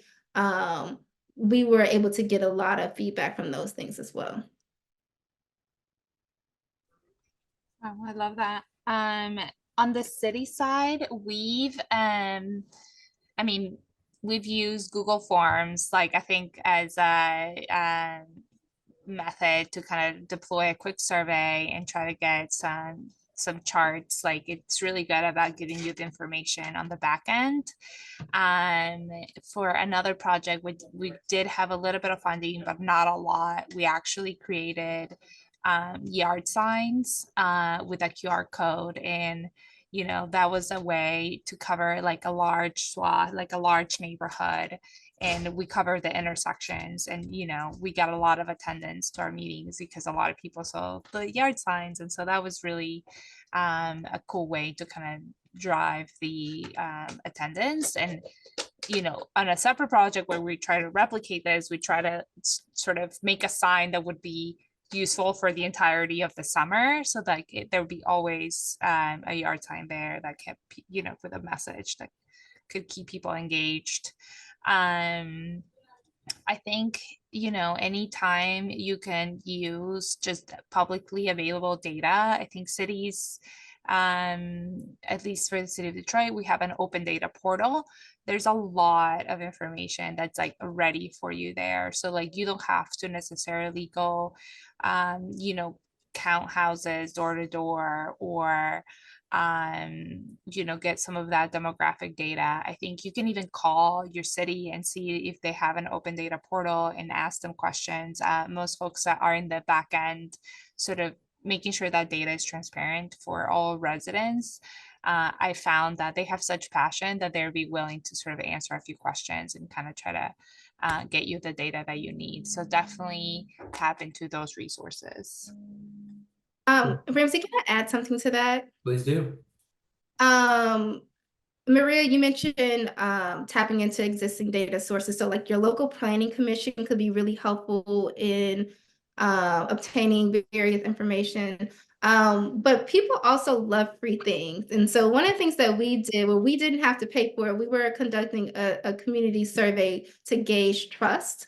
And there was a basketball game, like a tournament that was taking place. And so they were giving out free gear and that we found out about. And so we partnered with them to say, hey, can we administer this survey for you, run your table, and we'll administer the survey and run the swag table. And they were already giving away the hoodies for free. And so that became the incentive for completing the survey. If you complete the survey, you get this nice hoodie. And so we were able to do that for them. So we took a volunteer role and was able to get the data that we needed. Awesome ideas. Love that. Thank you all so much, Maria and Ashley. Really appreciate you guys giving all of your advice and taking time to give an overview of the work that you've done so far. And that's sort of it. I'm going to pass things over to Stephanie, but Maria and Ashley, we'll forward any more questions that come your way, but we're really grateful for your overview. To you, Stephanie. Yeah, great. Ramsey, can you share your screen? So I just want to say thank you to everyone who participated, to all of the speakers. A very big thank you to EPA and R2E2. This has been so amazing. And for next steps, we already have some materials on the website. So if you go to the link in the chat, you can access the takeaway document. We'll also have the recording of this webinar available and additional links as well. So I hope that you are able to take advantage of all of the resources that we provide and can raise funds for your organizations using all of this information. Next slide.